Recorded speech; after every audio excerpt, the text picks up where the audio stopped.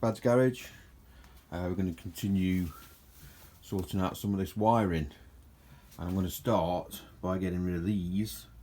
As I said before, they've still got the male connectors on the end of the actual indicators, which would suggest that these are probably replacements. I don't know, so I'm not 100% certain what the originals on an XJ look like. I actually thought that these had just had clear lenses fitted, but I don't know, because this all looks very new. But anyway, we're going to start by getting rid of these and this one, so that's all sorted. As you know, I sorted that out, so I'm going to get that taped up, and then we'll move on to this bit down here, because we've got this one here to get rid of, and these two here to get rid of, which I need to get rid of them, because they're like main cables. They should never have even been done like that in the first place. So we'll make a start by doing these, because I have received delivery of these. I'm not a big fan of these, to be quite honest. Yeah, I'm not a massive fan of these, but we'll do what we've got to do. If they don't look like they're going quite how I like to, I'm gonna have to spend a little bit more money, but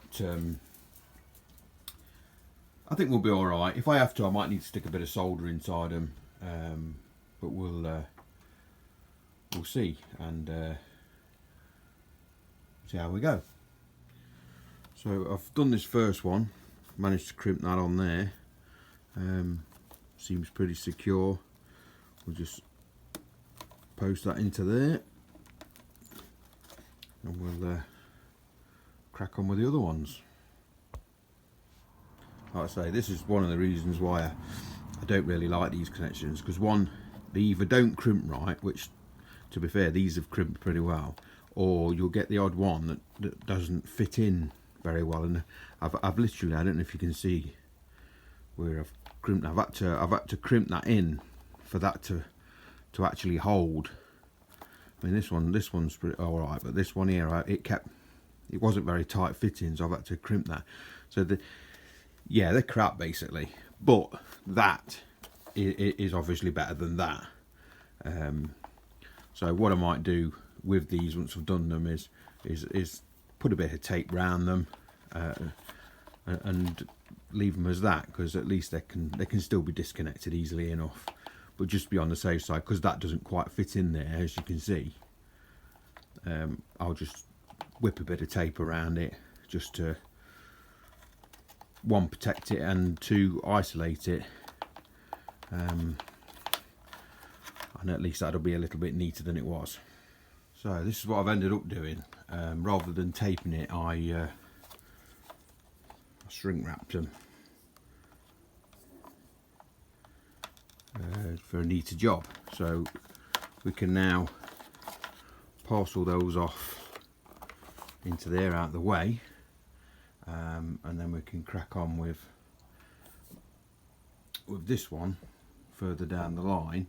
And the method we'll use for that is the same as we did here with the solder sticks. I'll get that one set up, and then I'll show you that one in action.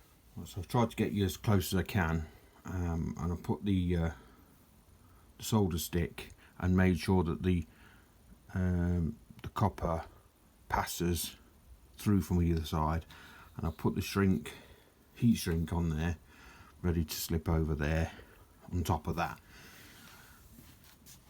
So we'll get the heat gun, and we'll give it a solder. Just pull that out of the way.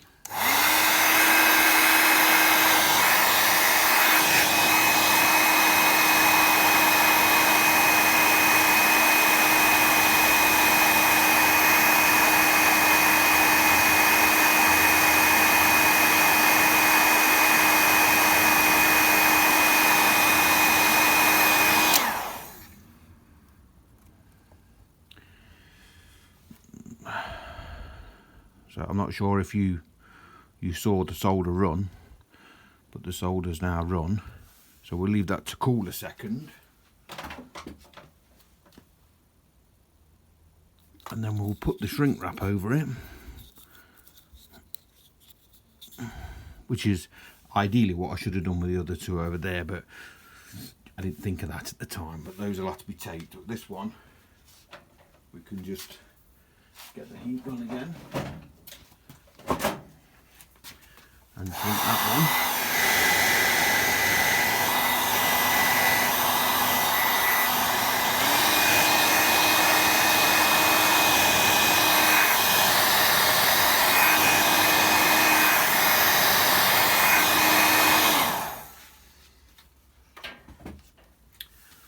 And that's done. Top job. And I think that that is the cable for the start button. Yep, and it's working. Battery's flat, but I heard it engage. So yeah, that's that bit done. Which means now we can, once I've done these two here, hang on. Once I've done these two here, I can then tape all that back up and it will look pretty tidy.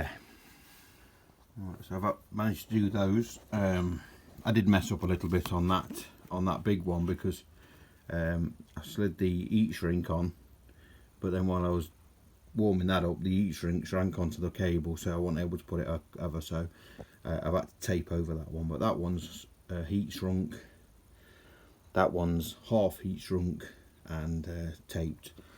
But again, it's better than having chock blocks in there. So I'm going to carry on and get that one done, and I'll come back to you and let you have a look at how it's gone so far. Alright, so that's a bit of nastiness sorted out. So up to now we've sorted those two blocks out on the indicators there. We've sorted out this bit of wiring here. The blue wire, which was for the start button, sorted out there.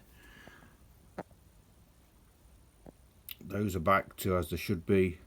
I've not taped all that up because I don't think it's taped up as standard, so I've left that as it is. And of course got that sorted out there. So we've pretty much got down to the tank when it comes to repairs. We've got another one here, another one here. Like I said, they're absolutely all over this bike, these little taped up shenanigans. So I've not got an awful lot of time today, but I thought I'd show you what bit I have done today, and we'll crack on when time allows and get this wiring buttoned up.